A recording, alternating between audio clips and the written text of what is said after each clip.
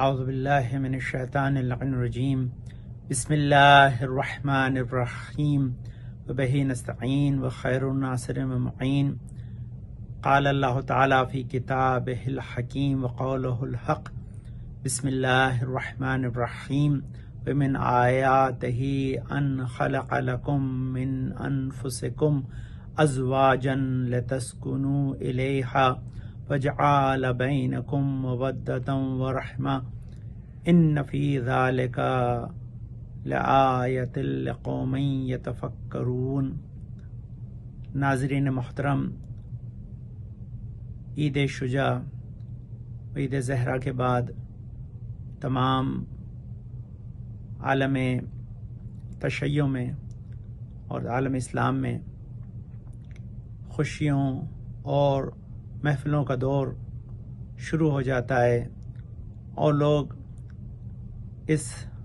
ماہ محرم کی اذا کے بعد اپنی تمام خوشیوں کے لیے آمادہ ہوتے ہیں۔ اس میں سے ایک امر جس کی طرف سب سے زیادہ توجہ مومنین کی ہوتی ہے وہ ازدواج اور شادی بیاہ کی تقاریب کا آغاز ہوتا ہے۔ یقینی طور پر اس طرف توجہ کرنا نہ صرف امر الہی ہے بلکہ سنت نبوی ہے، اور جتنا زیادہ اس کی طرف انسان توجہ کرے گا اتنا زیادہ معاشرے میں سکون، فلاح و بہبودی کے اسباب مہیا ہوں گے۔ آئیے قرآن اور رسول کی احادیث کی روشنی میں اور مراجع عالی قدر کی تمام فرمائشات کی روشنی میں ازدواج اور اس کی اہمیت کی طرف توجہ کرتے ہیں، تاکہ ہم زیادہ سے زیادہ جوانوں کو اس امر کی طرف متوجہ کریں اور جو تاخیر اس امر میں ہو رہی ہے اسے برطرف کرنے کی کوشش کریں۔ قرآن مجید نے تقریباً 24 مرتبہ نکاح اور شادی کے سلسلے میں گفتگو کی ہے تاکہ لوگ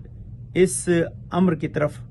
نہ صرف توجہ کریں بلکہ اس کو خاص اہمیت دیں،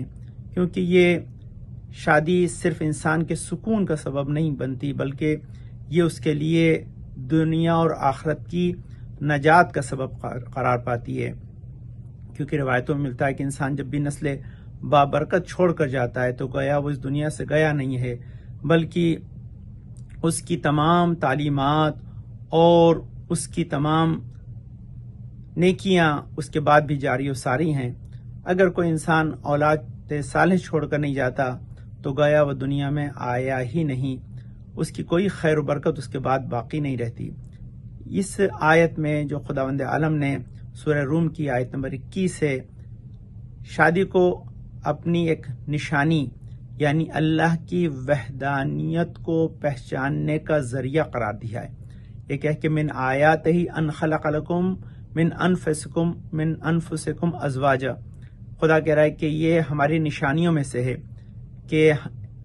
اللہ نے تمہارے لیے تمہاری ہی جن سے جوڑے پیدا کیے۔ کیوں یہ ایک نشانی میں سے؟ کیونکہ اگر انسان سنگل سیل سے ڈیولپ ہوا ہوتا تو کس نے یہ طے کیا کہ مرد کی جسمانی شکل و صورت کیا ہوگی اور عورت کی جسمانی شکل و صورت کیا ہوگی؟ یہ بے شعور مادے کا کام نہیں ہے، یہ با حکمت خالق کا شاہکار ہے جو اس شکل میں دنیا میں نظر آتا ہے۔ تو یہ سب سے پہلے خدا کی وحدانیت اور اس کے ہونے کی دلیل ہے انسان کا اس صورت میں دنیا میں زندگی گزارنا، یعنی خدا نے مرد و عورت کو بنایا تاکہ یہ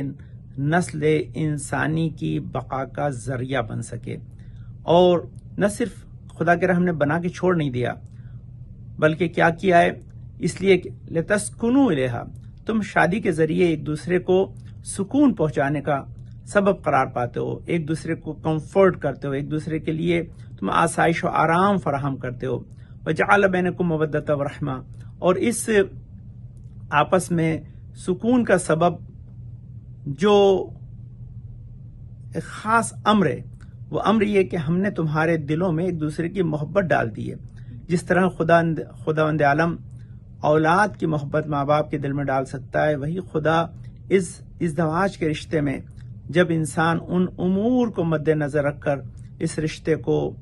انجام دیتا ہے تو خدا دونوں کے درمیان مودت، یعنی وہی لفظ جو محبت سے اور زیادہ عالی ہے، اسے اللہ نے استعمال کیا، مودت استعمال کیا، کہ ہم نے ان دونوں کے درمیان شدید محبت، ایک دوسرے کے لیے فداکاری، ایک دوسرے کے لیے جذب انس کو قرار دے دیا۔ اور پھر خدا کہہ رہا ہے ان فی ذلک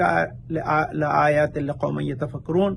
اگر تم غور و فکر کرو گے تو اس تمام امور میں تمہیں ہمارے ہونے کی دلیلیں نظر آئیں گی ان کے لیے کہ جو غور و فکر کرتے ہیں۔ تو سب سے پہلی چیز ہے کہ ازدواج جو ہے ایک امر الہی بھی ہے، خدا کی وحدانیت کی دلیل بھی ہے، انسان کے لیے سکون و آرامش کا سبب بھی ہے، اور اس کے ساتھ ساتھ ایک دوسرے کے لیے انس اور محبت کا ذریعہ ہے۔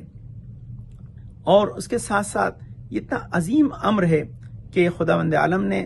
اس کی طرف بارہا توجہ دلائی، نہ صرف توجہ دلائی بلکہ کہا کہ کن لوگوں کے ساتھ تم ازدواج کرو گے تو ہم تمہیں کیا انعام دیں گے۔ اسی لیے سورہ نور کی آیت نمبر 32 میں خدا ارشاد فرما رہا ہے وَأَنكِحُوا الْأَيَامَ مِنكُمُ الصَّالِحِينَ مِنْ عِبَادِكُمْ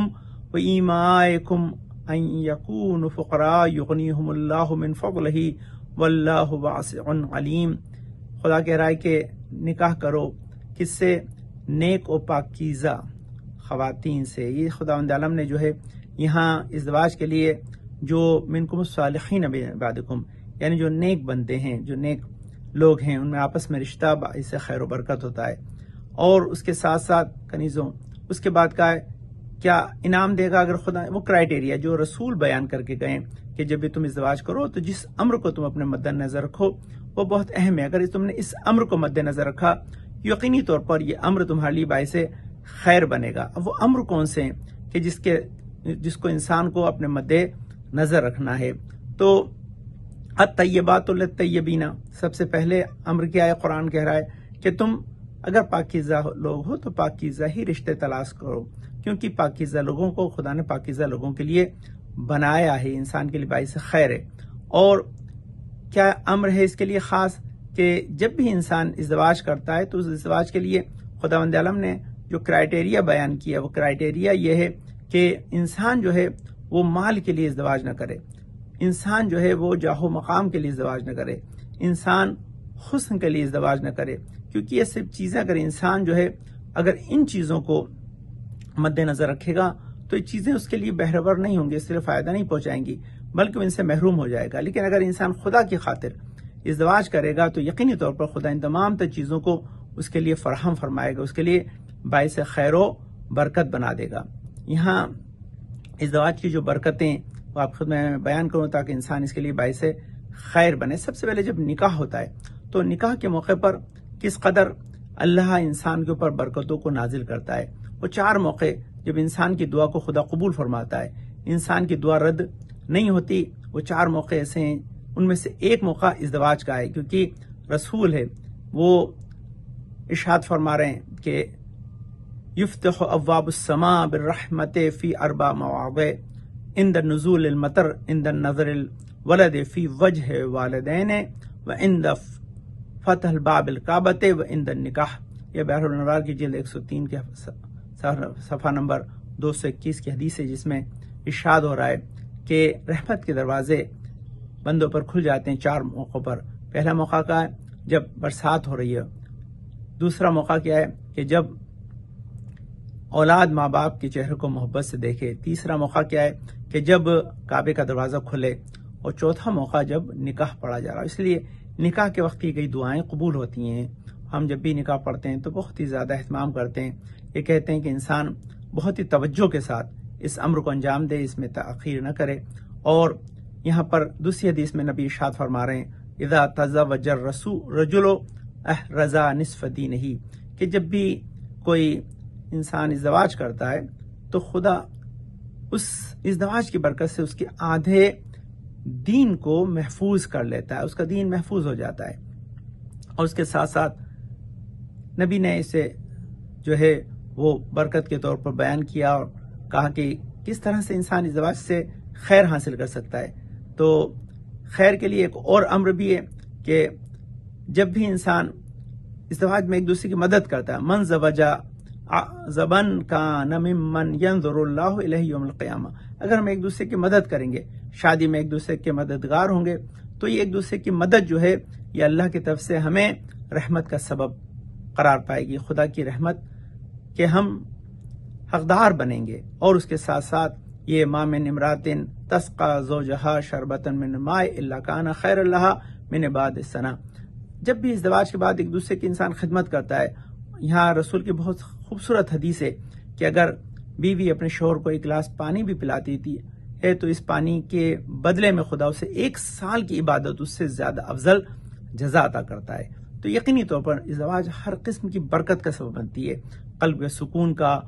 انسان کے فقر و فاقے سے دور ہونے کا، انسان نسل بابرکت چھوڑ کر جاتا ہے، انسان اس کے ذریعے اللہ کی رحمت کا حقدار ہوتا ہے، دعائیں قبول ہوتی ہیں، ایک دوسرے کی خدمت کے ذریعے خدا کثیر جزا عطا کرتا ہے۔ اور خاص کر کے اس کا ایک اور جو ہے فائدہ ہے کہ رکعتان یصلیہما المتزوج افضل من 70 رکعتن یصلیھا غیر متزوج، کہتے ہیں اگر شادی شدہ کی 2 رکعت نماز غیر شادی شدہ کی 70 رکعت سے افضل ہے۔ اس لیے ہماری کوشش ہے کہ ازدواج کو انسان جلد سے جلد انجام دے، اور اس کے لیے جو کرائٹیریا اللہ رسول نے ہمارے لیے معین کیا اس کو مد نظر رکھے، اور ہم ازدواج کو ایک دوسرے کے لیے آسان قرار دیں، آسانی سے امر ہو سکے، تاکہ ہم برکتوں کے حقدار ہو کے۔ والسلام ورحمۃ اللہ وبرکاتہ۔